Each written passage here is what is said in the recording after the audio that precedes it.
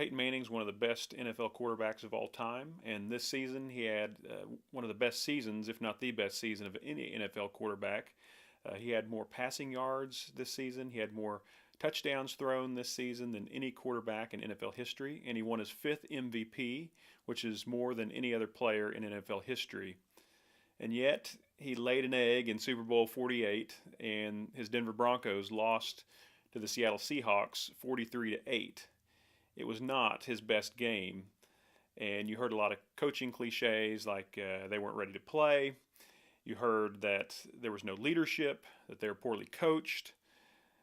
And the thing is, those all may be true in a sense, but also they're probably false.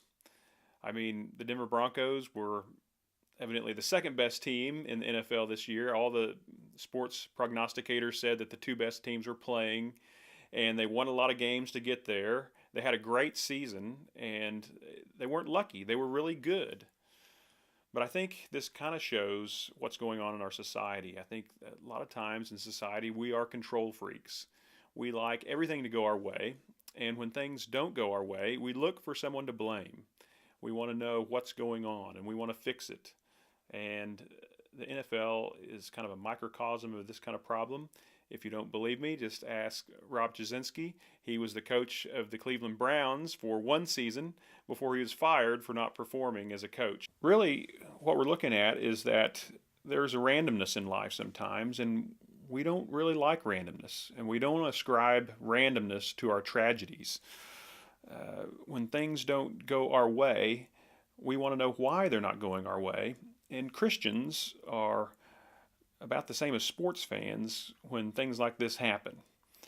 I hear all the time people saying, well, I don't know why this happened to me, but I do believe that God has a plan, and so I'm just waiting around to find out. I think what they're really doing when people say that is that they're trying to comfort themselves to understand that surely this has meaning behind it or meaning to it, and that is somewhat helpful in dealing with loss. They want to believe that something good will come out of this. I think there's better ways of getting to that belief without throwing God under the bus when bad things happen to us. I'm a believer in free will, and so I believe that sometimes people don't always go along with what God wants for their lives. They don't always go along according to the plan. I believe that God helps us to mourn when we suffer loss, but I don't believe that God is the author of that loss. I've said this before, but I think it's important. I don't believe God takes lives as much as I believe God receives our lives when we're done on this earth. No matter what, I do believe that God can make something good out of a bad situation. This, in essence, is our belief in the resurrection. Even in Denver.